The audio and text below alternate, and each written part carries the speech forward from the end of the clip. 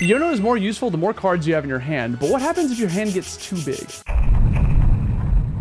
If I had a nickel for every time I had a Charizard and rare candy in my hand, followed by an enemy red card, I'd probably have more than one crown by now. This can destroy games, and with the introduction of so many Stage 2 decks, more and more players are running red card and Mars, so preparing for it in ranked is key. This all goes down to how you play your first 2 turns in a match. Put yourself in your opponent's shoes. You see a Charizard EX deck with 4 cards in their hand on their first turn. How likely are you to use the red card upon seeing that? Now, how likely are you to use it if they only have 3 cards in their hand? Seems like a waste, right? Going back over to our deck, if a game starts with Charmander, Charizard, and rare candy in hand, that's generally considered a game-winning hand, but it's not playable until your second turn, so the most important thing you can do is not shuffle your hand back into your deck. Red card makes this difficult, so what do? Keep your hand at 3 cards or less until it's your second turn, when you're able to evolve. Even if it's not optimal, use cards simply for the sake of keeping your hand low. Have a second Charmander but would rather only have a Litten on the bench? Play it anyway. Don't know who you want to give your giant cape to yet? Play it anyway. Have a red card of your own and they only have 3 cards? Play it anyway. Anything to stop them from wanting to red card you when you have your win condition in hand. The one card you don't want to play on your first turn is Professor's Research. Even if I don't have what I need on my first turn, I find myself never playing that card until at least my second turn. Getting red carded right after a draw 2 not only negates the research, but that card stays in the discard pile, effectively making it worthless.